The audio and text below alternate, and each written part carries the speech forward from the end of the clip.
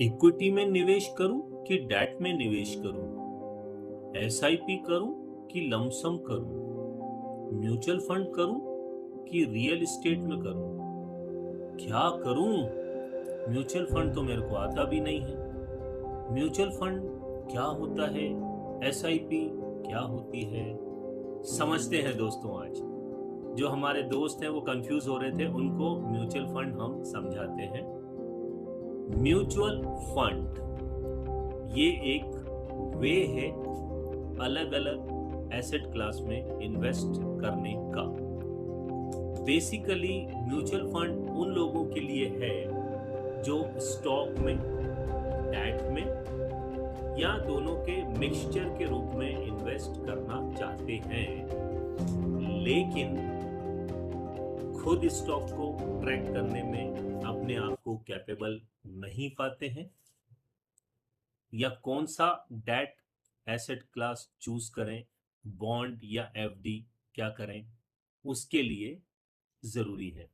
दोस्तों, mutual fund एक ऐसा इंस्ट्रूमेंट है जिसमें एक फंड हाउस है, एक रिटेल इन्वेस्टर से पैसा इकट्ठा करते हैं।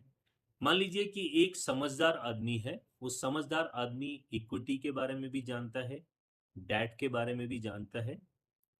उस समझदार आदमी को हम सब लोग अपना पैसा दे देते हैं कि आप हमारे बिहाफ पे इन्वेस्ट करिए, और जो भी रिटर्न मिले वो हम लोगों को एप्रिसिएशन के रूप में या डिविडेंड के रूप में बांट दीजिए।